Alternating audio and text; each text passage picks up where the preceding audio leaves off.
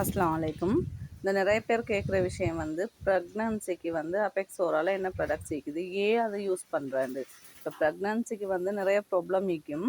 அப்போ டாக்டர்கிட்ட வந்து அவங்களோட ப்ராப்ளத்தை கேட்டுக்கணும். அதே மாதிரி நீங்களும் ப்ரெக்னன்சிக்கு ஒரு ப்ராடக்ட் சஜஸ்ட் பண்ணுறதா இருந்தால் அவங்களோட ப்ராப்ளம் என்னதை கேட்டுக்கோங்க. சில பேருக்கு உண்மையிலே வந்து ஆப்ரேஷன்கள் பண்ணணும் அப்படியான சில பிரச்சனைகள் இருக்கும். அந்த மாதிரியான ஆட்கள் அந்த இதை தான் பார்க்கணும். சில பேருக்கு பிரச்சனைன்ட்டு எதுவுமே இருக்காது. சில விஷயங்களால் அவங்களுக்கு இன்னும் ப்ரெக்னென்ட் ஆகாமல் இருக்கும். அதுக்கு வந்து கர்ப்பப்பை வந்து பலவீனமாகிக்கிறது, சக்தி போதாமல் இருக்கிறது ஒரு காரணம். அடுத்தது கர்ப்பப்பையில் வந்து கொழுப்பு படர்ந்திருக்கும், நிணநீர் கட்டிகள் இருக்கும். சில பேருக்கு வந்து கிருமிகள் இருக்கும். சில பேருக்கு வந்து பீரியட்கள் வந்தால் அது வந்து சரியாக ப்ளீட் ஆகாமல் அப்படி ஸ்டொப் ஆகி அதில் என்ன சரி கிருமிகள் கர்ப்பப்பை உள்ளுக்கு இருக்கும். இந்த மாதிரி இருக்கிறதால தான் வந்து நிறைய பேருக்கு வந்து ப்ரெக்னென்ட் ஆகுறல்ல ஆவினாலும் வந்து குயிக்காக போயிட்டுருது. சரியா?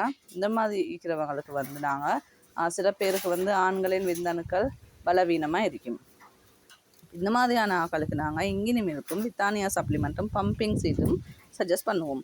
இங்கினி மில்க் கொடுக்குற என்னத்துக்கு என்ன செய்யணும், இங்கினி மில்க் குடித்தா வந்து நிணநீர் கட்டிகள் கிளியர் ஆகும். கர்ப்பப்பையில் வந்து கிருமிகள் என்ன செஞ்சு இருந்தால் அதெல்லாம் இல்லாமையாகும். அந்த நான் சொன்னேனே பீரியட் ப்ராப்ளம் அது வந்து சரியாகும்.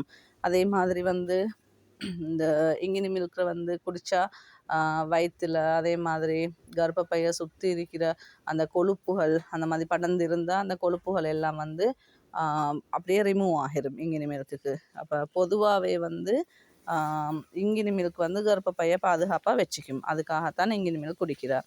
வித்தானியா சப்ளிமெண்ட் குடிக்கிற என்று சொன்னால் வித்தானியா சப்ளிமெண்ட் வந்து பாய்ஸ் கேர்ள்ஸ் 2 பேரும் குடிக்கணும்.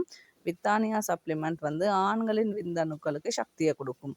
அதே நேரம் பெண்களுக்குள்ள வர ஆண்களின் விந்தணுக்களை வந்து நல்ல முறையில் பாதுகாக்கும்.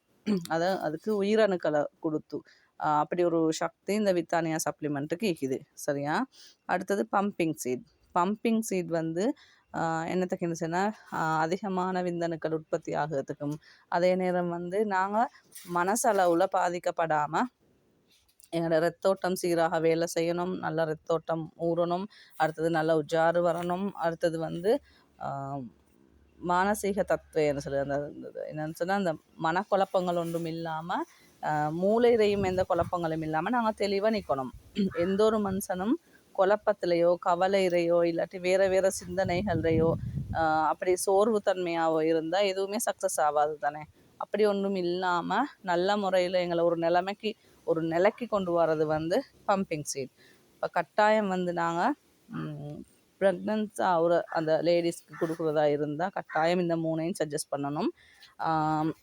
இங்கினி மில்க் வந்து டீக்கு பதிலாக குடிக்கிறது தான். ஒரு மக் சுடு தண்ணி எடுத்து அதில் ஒரு டீஸ்பூன் இங்கினி மில்க் பவுடர் போட்டு மிக்ஸ் பண்ணணும். சீனி நோயாளியாக இருந்தால் சீனி போடாமல் குடிக்கணும். சீனி நோயாளி இல்லாமல் இருந்தால் லைட்டாக சுகர் ஆட் பண்ணிக்கலும்.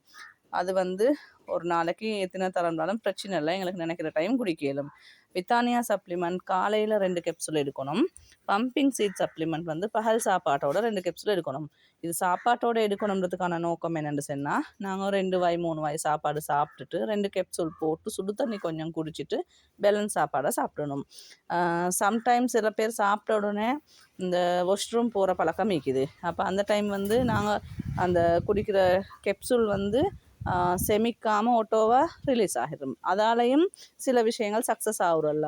அதனால் வந்து கட்டாயம் என்ன செய்யணும்னா, அப்படியான ஆக்கள் வந்து சாப்பிட்ற நேரம் வந்து அந்த 2-3வது வாய் சாப்பாட்டுக்கு தானே அந்த சாப்பாட்டுக்கு 2 கேப்சூல் கலட்டி அந்த தூளை கொட்டி சாப்பிட்டுட்டு பேலன்ஸ் சாப்பாடை சாப்பிட்டு தண்ணி குடித்தா சரி. அந்த மாதிரி காலையில் வித்தானியா சப்ளிமெண்ட், பகலுக்கு பம்பிங் சீட். அப்படி கண்டினியூவாக வந்து 1 மந்த் குடிச்சிட்டு வர போக்கல பெரிய ஒரு டிஃப்ரெண்ட் அவங்களுக்கு காட்டும். சில பேருக்கு வந்து குடிக்க ஸ்டார்ட் பண்ணதும் கொஞ்சம் கொஞ்சம் ப்ளீட் ஆகும். அது வந்து வயிற்றுக்குள்ளே வந்து கர்ப்பப்பை உள்ளுக்கு இருக்கிற அந்த அங்கலைங்கலன்ட்டு இருக்கிற கிருமிகள் வெளியாகிறது. அதுக்கெல்லாம் பயப்பட தேவையில்ல. மாஷா அல்லாண்டு.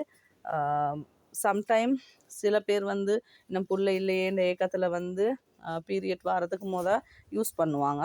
அப்படி யூஸ் பண்ணுறவங்க ஒரு வேளை பாக்கு நின்று இருந்தால் பெய்த்துருமா அப்படின்ற பயமும் தேவையில்லை. ஏன்னா இது வந்து விட்டமின் தான்.